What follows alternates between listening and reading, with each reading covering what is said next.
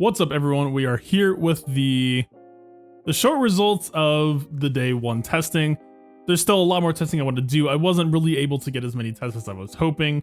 My partner is EU hours and we were kind of hitting it later in the day. But some very fun, solid, promising results overall. And hey, if you were the scared type, the panicky type, I was really trying to drill home, just wait and see. We're here. Hopefully you waited and saw. And yeah, the results are quite promising across the board. Still a lot of room for things to need to shake out a little bit, but let's start off with one of the ones I was pretty interested in, Vader versus Darth Revan. I already actually had a guide on how to beat Darth Revan with Vader in the past, using triple tank with no watts. Obviously you can see in this footage, I started off with the same technique as the old one, using GBA as our third tank, because, you know, Brute was a solid, renewable, respawnable tank that was nice to have. 3v3 or expanded GAC is out now. I don't want to use GBA here. You don't want to use GBA here. So we did ditch him in favor of running OG Finn as our third tank later on in the video. Finn being a character who was already kind of used in this counter sometimes, usually for his lead, but actually kind of served the purpose well in the flex tank slot. Even though, unfortunately, his heal doesn't work for non-resistance allies, the Dispel does. So, you know, cleansing all of the shock off of your tanks, the slows, all the debuffs off of your other units, it just works. It felt quite nice. Now, you saw there we did the first call attempt. This is a pretty slow DR, so it kind of led to the turn orders here being a little bit weird. But this is high ferocity. We landed all four debuffs with the choke. Our Vader is, I believe, around 8,900 offense. I did take him back to Relic 8. This DR is only Relic 7, but he is stacked all the way to the brim with health. I believe he was almost 120,000 health before Basel is unique. So mostly what I was hoping to test going into this was just, can DR survive a Vader call? Because before, DR wasn't quite able to price that out.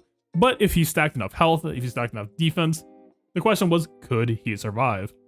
And so you can see, for this very first test, the answer was actually no.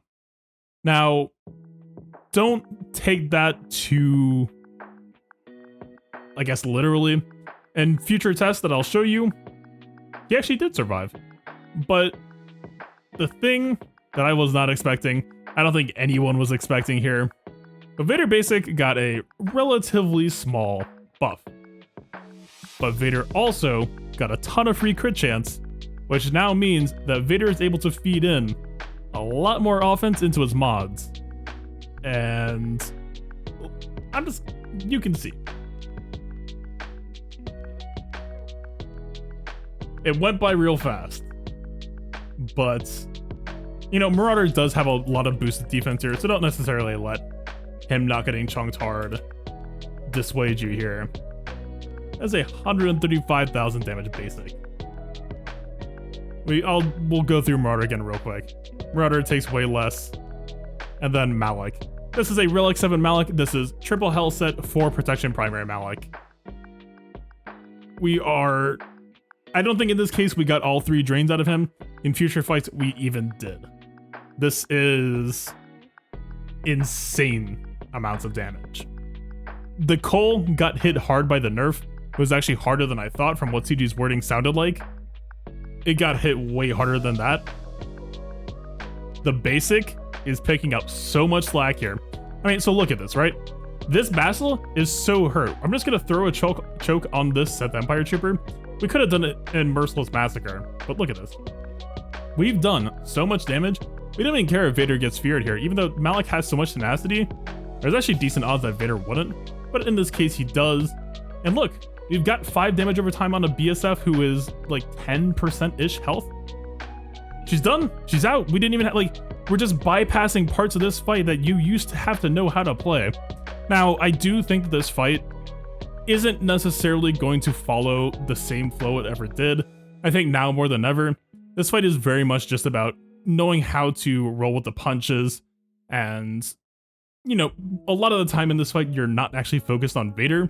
You're actually focused on your tanks. And Thrawn is kind of babysitting them, maintaining them, making sure that they can stay involved in the fight and keep peeling for Vader and Thrawn.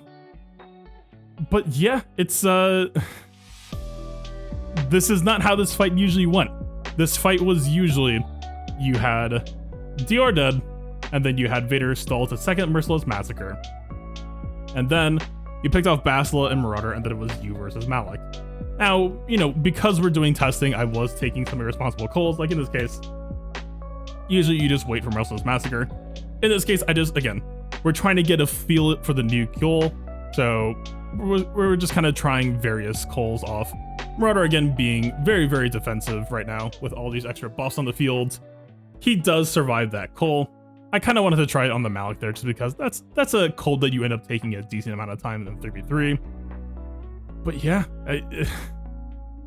in spite of everything, again, the cold being whatever, right? We just tried the coal. It didn't blow us away. Look at this. Obviously 42k is not a big number in itself, but that is a Relic Sith Empire Trooper with defense up. Obviously has ferocity kind of peeling off that defense. Sith Empire Trooper does not normally die remotely that easily in the past to Vader. And then we'll take a coal attempt here. It doesn't even kill him, but because of how much Vader is just blowing through the rest of the map with his basics, this fight has just changed and feels so dramatically that to me, I have very little doubt that Vader will continue to be a successful counter to Darth Revan. Now, you don't want to spend GBA there. I don't want to spend GBA there. So I did end up switching to Finn. And you are down one less automatic pre-taunt. Finn is not a pre-taunter, but he does have a manual taunt. So, you know, again, the speeds for this fight were weird. Darth Revan was down all the way to about like 220-ish speed because he just chucked on like all the health, all the defense to see could DR survive or not. So things play a little bit weird, a little bit differently, but honestly, I think the slower the DR, actually the harder it makes the fight, right? Because Vader ultimately kind of, at least if we're trying to go for the kill DR game plan, Vader kind of has to wait for DR to take his first turn, and that's difficult to line up since Vader can't gain turn meter. So again, the testing was a little bit wonky. I definitely plan to try to set up more realistic tests, hopefully today or tomorrow, kind of depending on whatever my shard can do it.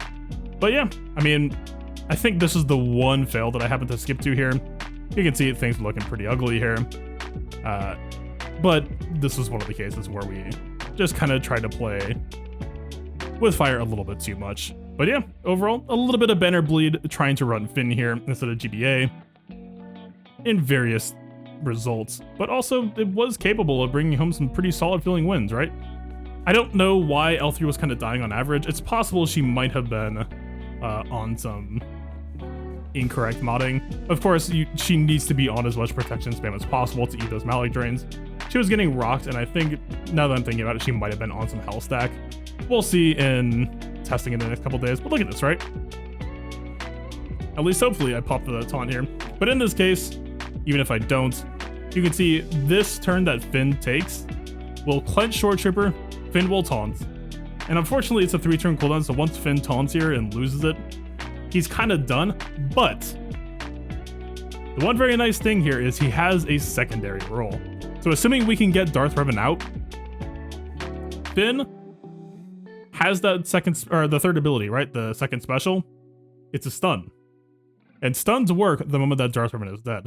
So even though he can't necessarily contribute as a tank after that certain point in time, he actually has a nice secondary role here, right? If he can contribute to trying to control the field a little bit, especially if Darth Vader is able to just go crazy on the rest of the board and just, you know, get some solid kills out on Bastila early, that's gonna feel pretty nice. So definitely that feels like the place I want to explore first, because yeah, this team overall feels pretty cheap. I know, you know, L3 and Shore, depending on where you're at in the game, might be characters that are hard to justify because of them not being required, but certainly like it felt like a pretty clean budget option replacement for, you know, GBA is a very, very solid role in the fight with a infinitely respawning tank. We'll take a already required GL requirement character who doesn't have another job at the moment as a fine replacement instead. And yeah, so that's about it for Vader. Still more testing to be done there, but feeling pretty alright with it overall. And again, like, what?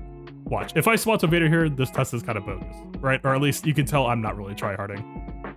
And there it is. You never swap to Vader, folks. But yeah. And now moving on to the one that honestly kind of pains me the most to say. I had some really high hopes for this, and you know, maybe I think there's still something that could be found to try to just help improve things a little bit. I had a lot of high hopes banked on my gas team to try to make the CLS matchup more difficult. I even started spending 6 deep array slicing materials on my tank mods just to try to make 5s ridiculously tanky. Started to specialize gas mods a little bit as well. Not quite bringing it home, unfortunately. Or at the very least, the very first try that they did, you can see with the CLS team here.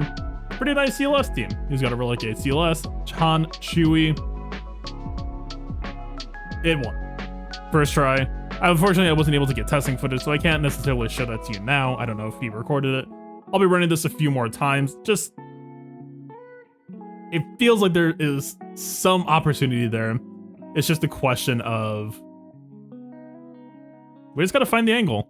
And the first thing to be able to work on that is going to be able to take a look at the fight and also just make sure we only really got one test against the proper gas team.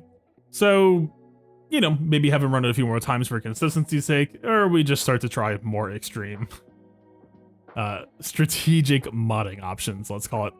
But yes, unfortunately, my gas did go down to a CLS first try, and with very, very extreme modding, like 140,000 protection on gas and on 5, with a ton of armor to boot. Just like 82, 83% we're talking on 5. So, heartbreaker, but life goes on.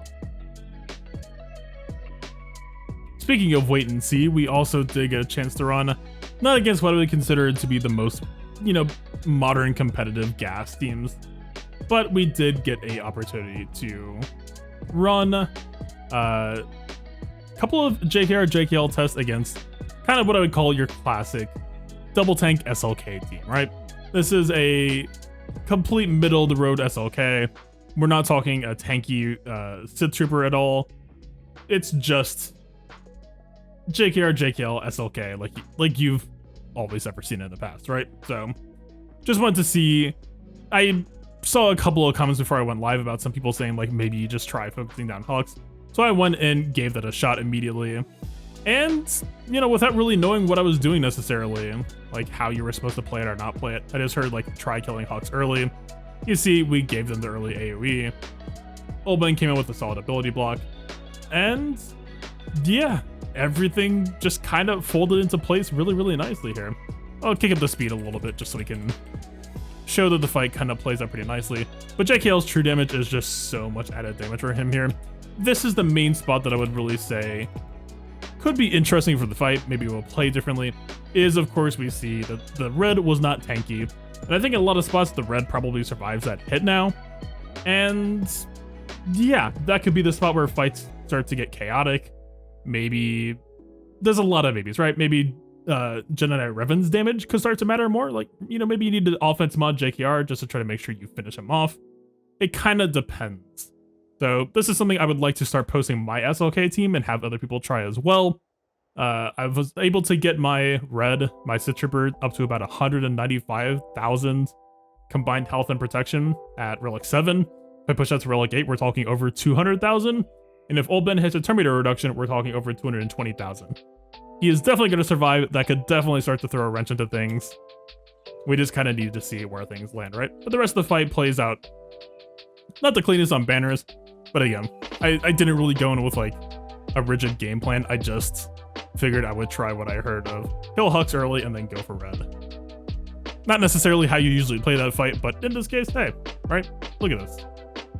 Things are working out pretty decently nicely overall. We do lose a couple of characters at the very end here.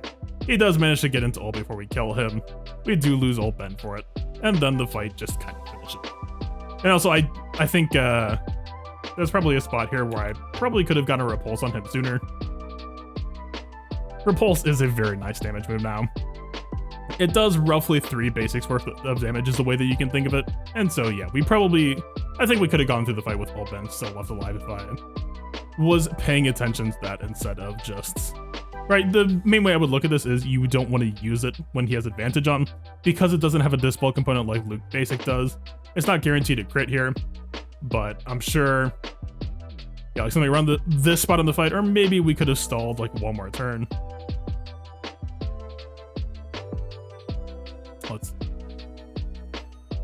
Yeah, actually this exact point. If we had used Repulse here, it almost certainly would have killed him. All of them would have lived. Banners would have been a lot nicer without an SLK throwing a banner killing ultimate temper tantrum. So yeah, I mean, I wouldn't call this indicative of every iteration that fight can take, but hey, your average SLK, your average JK or JKL, and that's a Relic 7 Jedi Knight Luke. I did not take him back to Relegate. Seems to be going well so far, so not bad. And moving right along, I did get to do some anti-Executor testing. This is up against a Relegate IG-2000.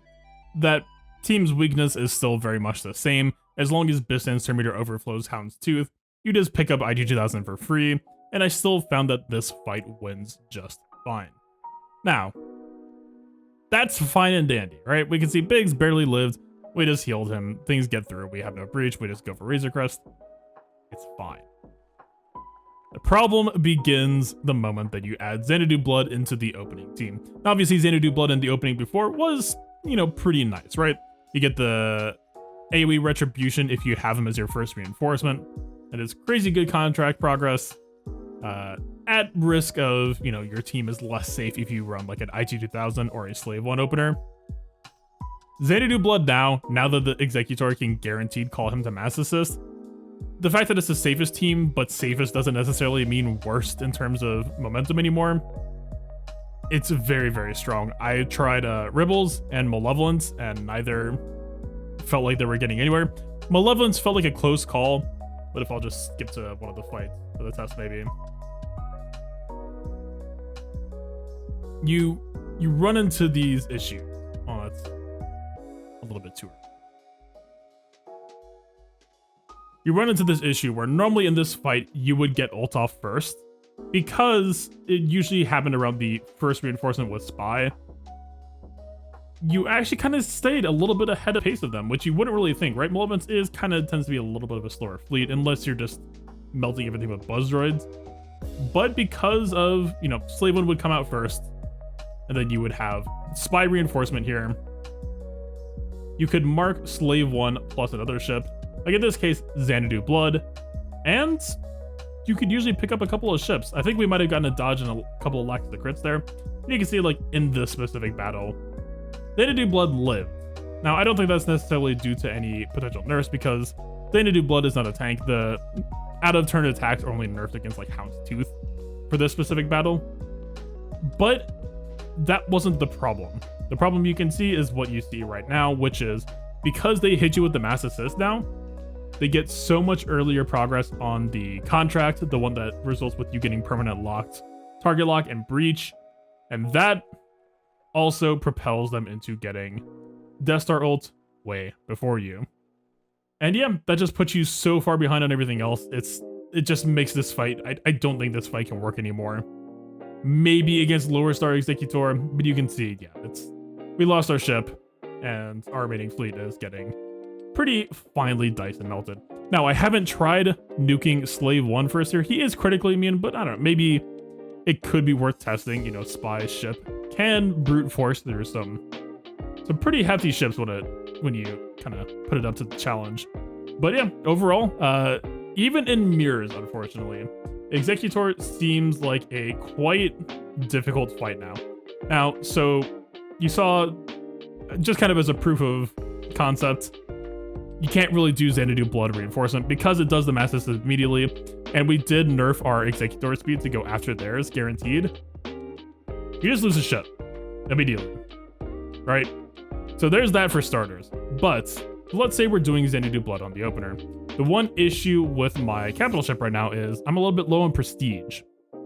I don't have what is now the guaranteed Mass Assist maxed, and so I can't get that tenacity up off of the opposing team because I don't have it maxed. And I heard from people in chat that it was very, very easy if you did have that ability maxed, that they were winning reliably.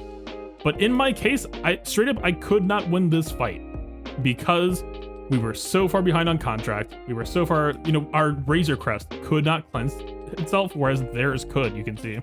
Our Razor Crest is just getting repeatedly killed. It's very, very effortless for the AI. Meanwhile, for us, it's a struggle, right? Even in this fight, right? We were able to hit contract first. Things are looking kind of okay. We get like a decent nuke off, and then watch just how quickly things just fall apart here, right? Boom. We don't have the best reinforcement choices available, and then just done.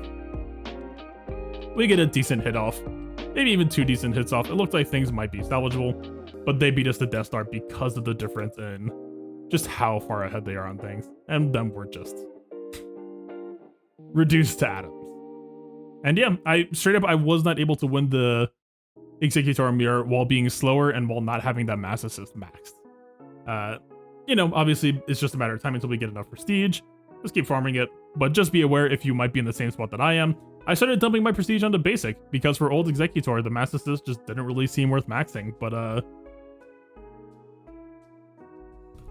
we've made the choices we've made, and it's gonna be a week or we can change until I'm able to get it up. So not a great feeling for now. It's gonna be a tricky battle to deal with regardless for me for the near week future. But yeah, that's about where things stand. And last but not least, on the less competitive side of things, I saw a decent amount of panic that GAS was standing up faster in his mission. But in case you didn't know, yes, CG has nerfed the event. They do less damage. They have less bulk. GAS has less lifesteal even. This mission, it's not necessarily a consistent win, but you're kind of seeing here, we were able to just get this sequence where you could just get this early GAS sit down into or Droideka just open nuking 5s. Now keep in mind, my Droideka does not have Zeta still. He did it for the original event. He does not have it here either. It's making this more difficult than if you just had the Zeta. I'm pretty sure at this point that with the Zeta, you can just absolutely face roll through this thing, no problem. But yeah, you can see, it is a shadow of its former self, but you know what? If you still need to run this event, I don't think you shouldn't have to go through that just because you haven't gone through it yet, right? Just because other people have gone through it in the past, I'm kind of happy that people in the future aren't going to have to deal with that misery. Because yeah, even with these changes, there were still some runs, plenty of runs even, where things just weren't quite lining up and people were just getting absolutely blasted. So yeah, it's nice to know that experience will be kind of left in the dust. And that's kind of where things are at for now. Plenty of testing left to be done. We'll kind of post things as they pop up, and we'll see how things evolve. There's definitely lots of potential to have there. That's it. Thanks for watching.